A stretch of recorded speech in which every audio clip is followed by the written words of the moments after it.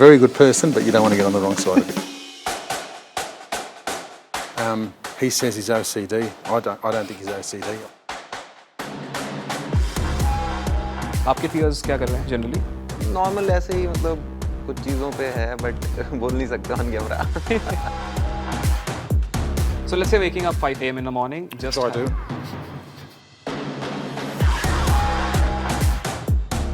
But like I said, living one day at a time.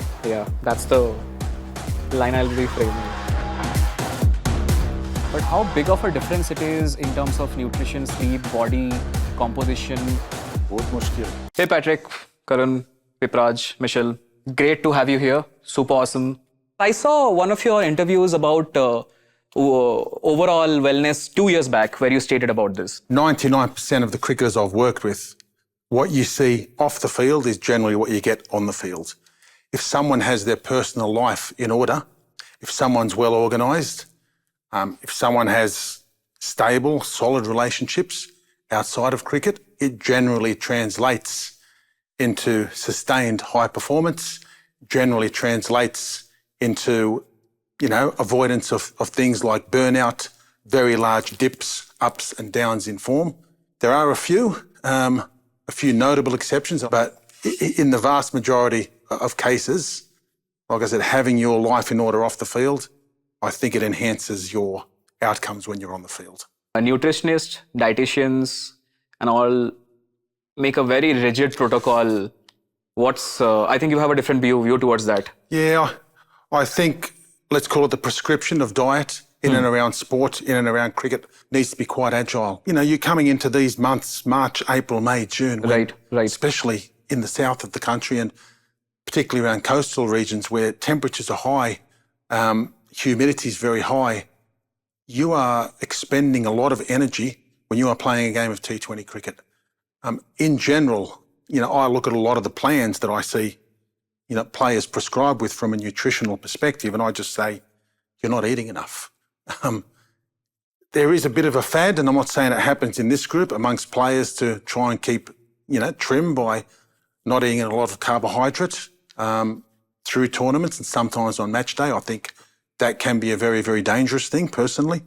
But I also think just, macronutrients-wise, a lot of players, male and female, and I think in some ways more in the female space, don't eat enough because you need energy reserve, particularly playing in this country, particularly this time of year, to achieve what you need to achieve. Otherwise, if you don't do that, you start getting energy depletion, and it can have an effect on your muscle systems and particularly your bone systems. So it's a really, really important. So first of all, are you someone who tracks more calories or sleep? Yeah, both.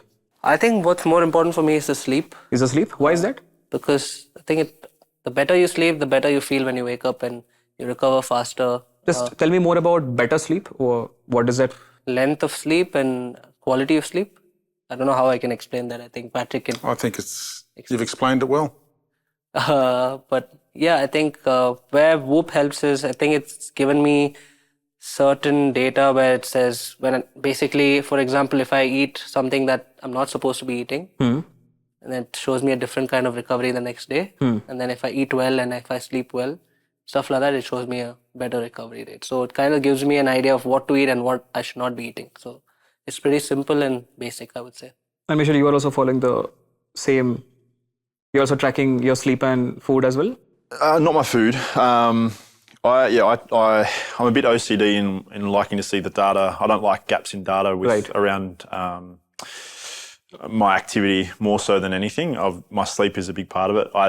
I'm someone who doesn't sleep well. Why is that? On tour. Certainly in this structure where you're between hotels every 3-4 days, my body takes a bit longer to get used to different beds. So I don't sleep very well on tour, which I've become accustomed to over the years. I like to see all the data around activity, around, we wear GPS around game time. I track all my activity around training on here. It all gets reported back to Australia, but whether it's the kilometres on my feet around training and games, I played golf today and track if I'm walking golf or not.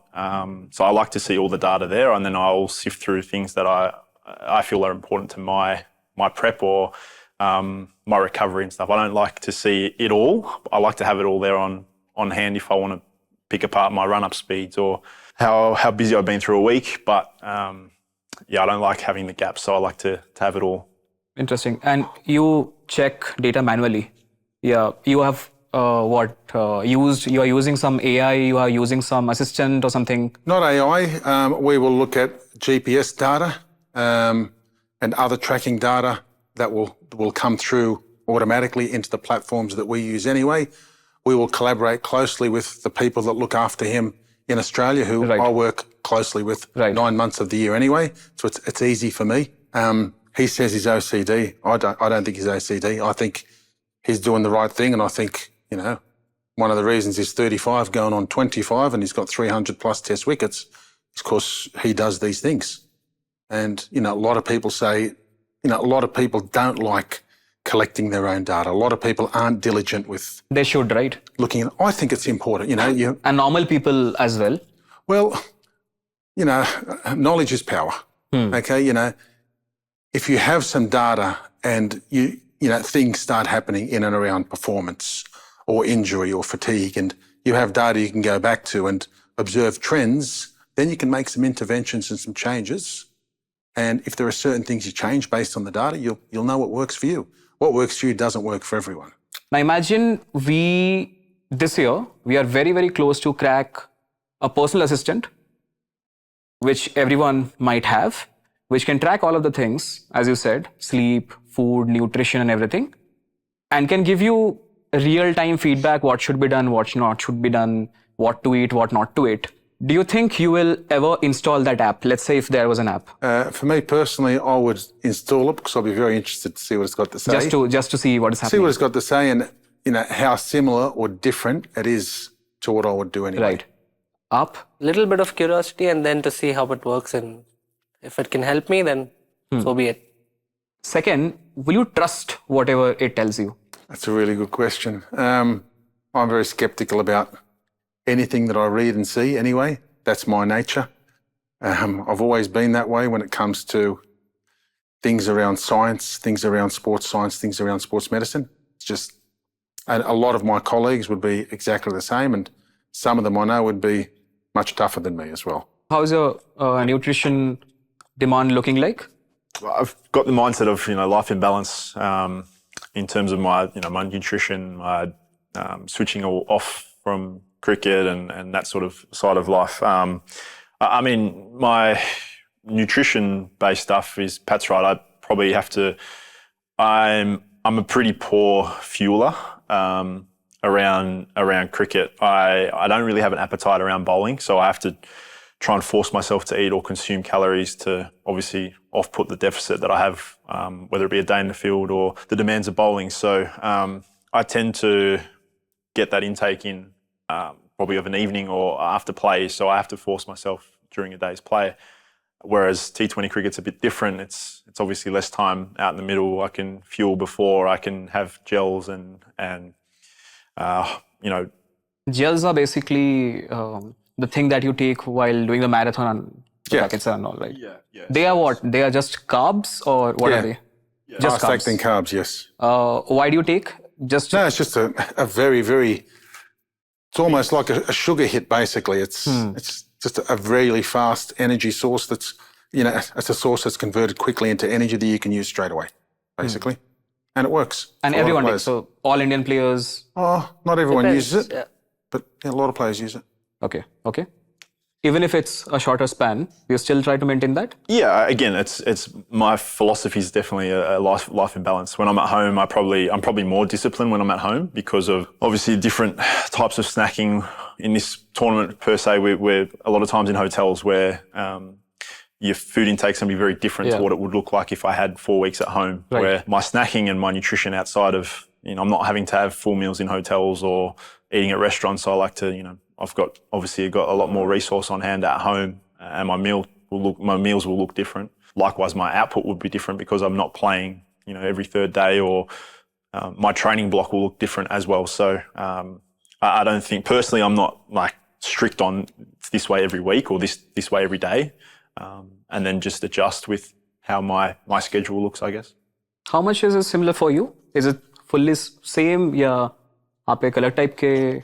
I have ups and downs in everything that I do, and like Mitch just said that I probably haven't found that balance or how to maintain that balance, because I'm either here or I'm there. So But are you craving for the balance? Do you want to be I there? am, but it's very like I said again. If I'm at home and not during games, it's easier for me to create that balance. But when you're traveling and you're playing games and you're training and stuff like that, I think that just goes out of the way, and it's very hard to maintain that. But like I said, I personally am not someone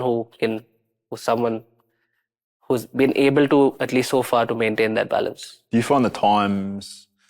Obviously, we play a lot of night cricket. Does that affect how you fuel or how your meal times change when you're outside of IPL times? It certainly does for me. I'm not generally being a late here, eater at home. Does it affect you after you go back or during? I think during. I think it changes my times. Definitely my sleep times, my meal times. Yeah. Definitely through this tournament. Yeah. Where at home, I'm generally not a late eater. Yeah. Here, obviously, the game times and Yeah. training dictate that. Yeah, same with me. Even I'm not a late eater, and I think that makes a big difference in terms of recovery and Tell us like more about it. When I you think- say a late eater, how late is late? I think anything after 7:30 is late. Well, like last night, we trained interesting. until we were back at the hotel at 9 o'clock. Is it same for you? 7:30 p.m. you consider it as late or what? I would prefer eating at that time or earlier. Why is it? Why do you call it late? I don't know the science behind it, but I think If- you just feel better, and then you give your body time to digest and recover, and helps you recover better, I think. You've said it perfectly.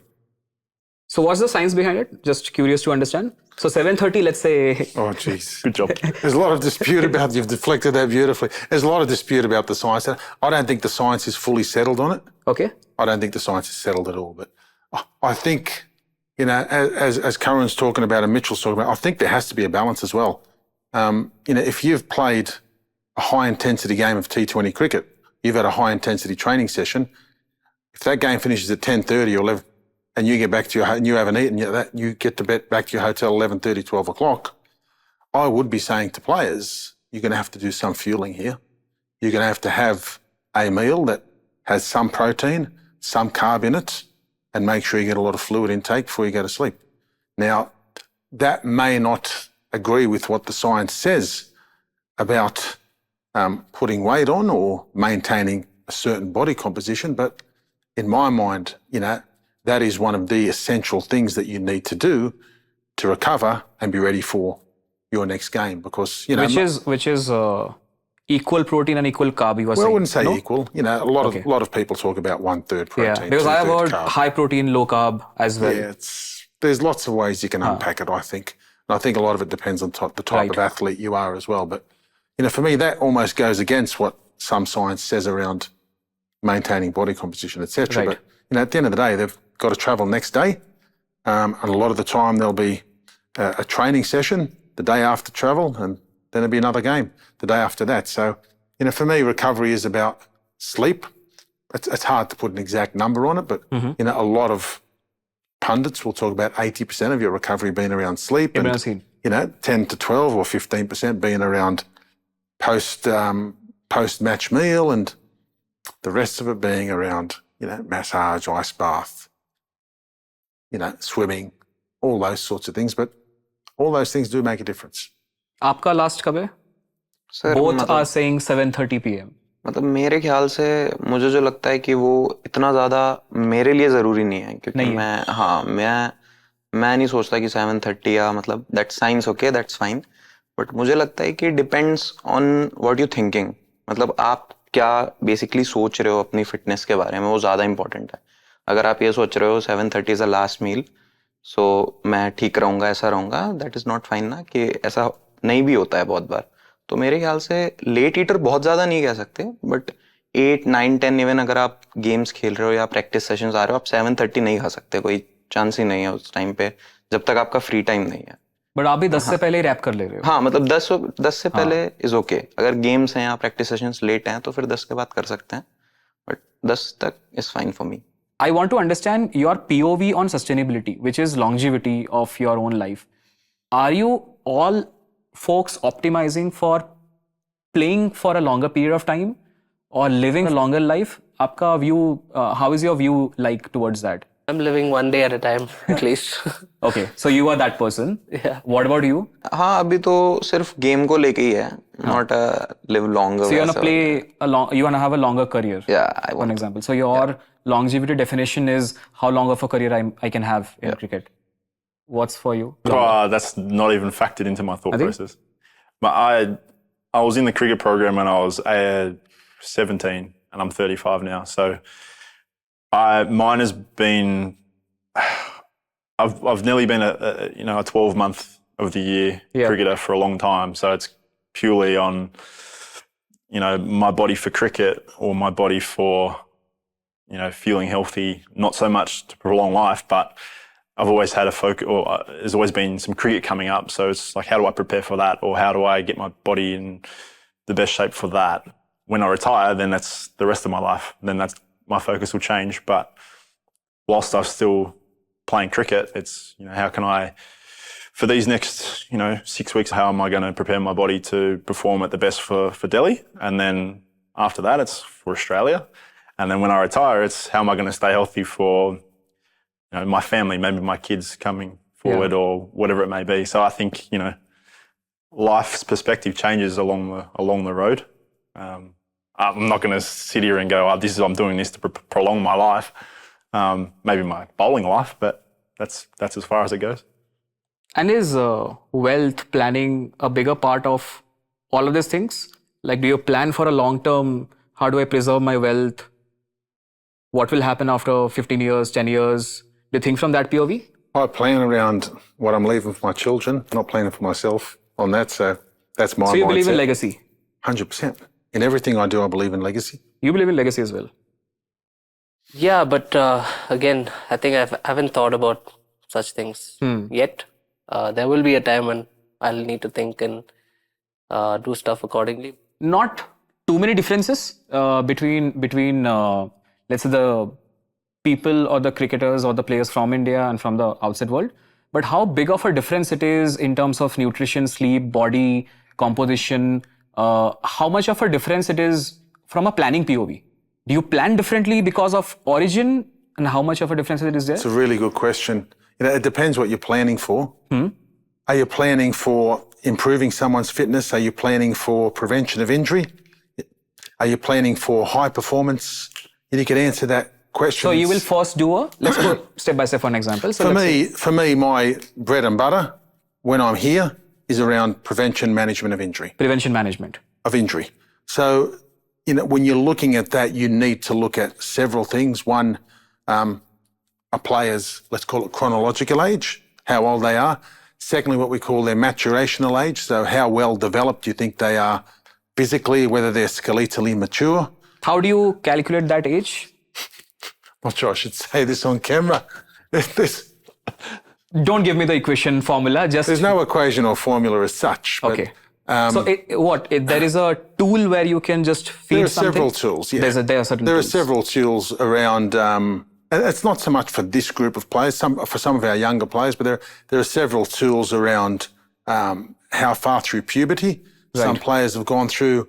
There are tools around how close or how far from what we call peak height velocity players are. You can have two players of the same height and the same age, and they could have two very, very different training programs, even with them being equivalent type players, like two fast bowlers. You look at things like their injury history, what their skeletal maturation status is, even things like, what are the things they do to generate ball speed? Are they muscle driven to generate their ball speed, or are they momentum driven through their run up to generate their ball speed? Which means you track injury history as well, and you keep them in a database. 100%.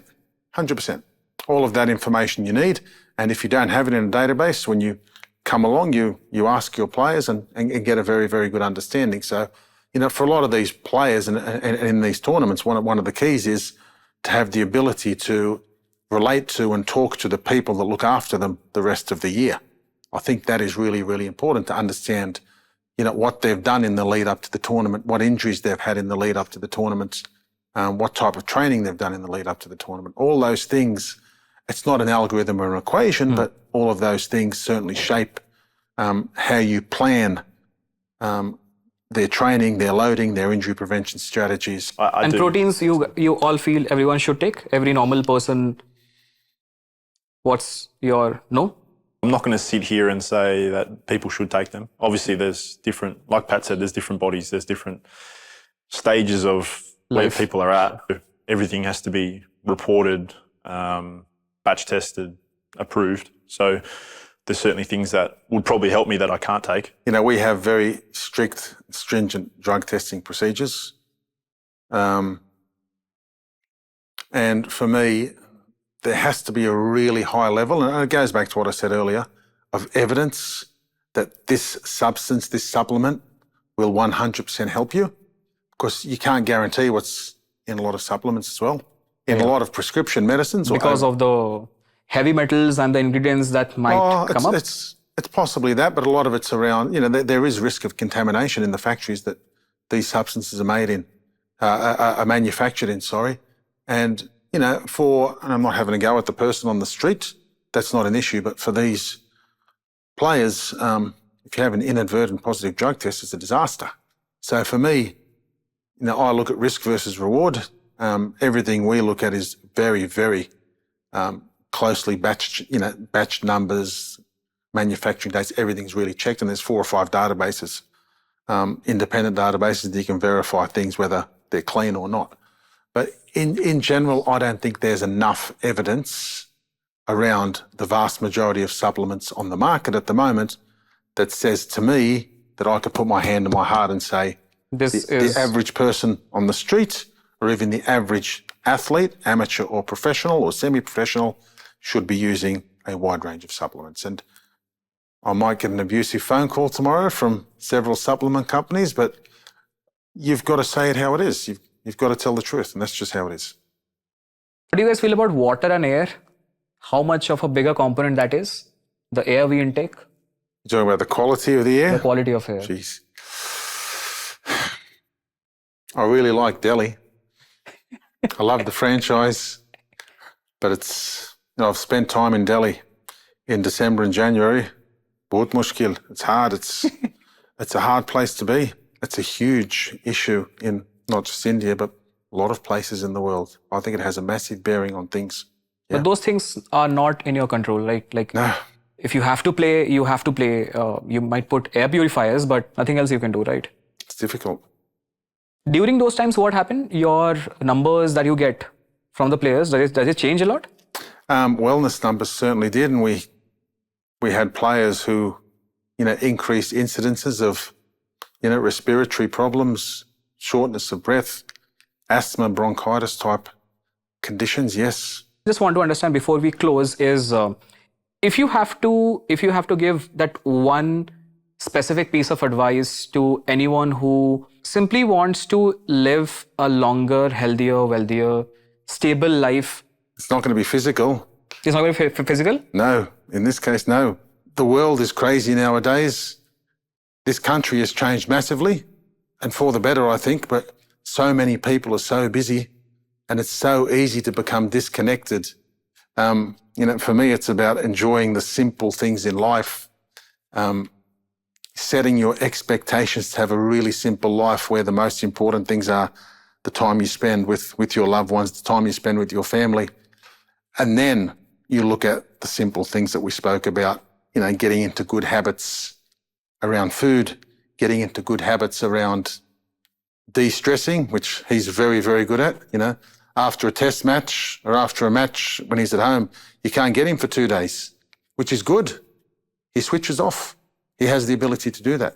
People need to have the ability to do that, especially in this country where things are very full on in the big metropoles. So for me, it doesn't really answer and go with the themes of what we spoke about, but if you're asking for 1 or 2 simple things, Just be good to people. That would be the things to me. Be good to people, be good to yourself, look after yourself. Well, I love what Pat said, kindness is free, but if I could say one thing, I think life in balance, life in moderation. You don't have to make the most money, drive the best cars, or live in the biggest house, but you can live life in a balance. You can be active for a few minutes a day. I find if you have a balanced life, you're happy.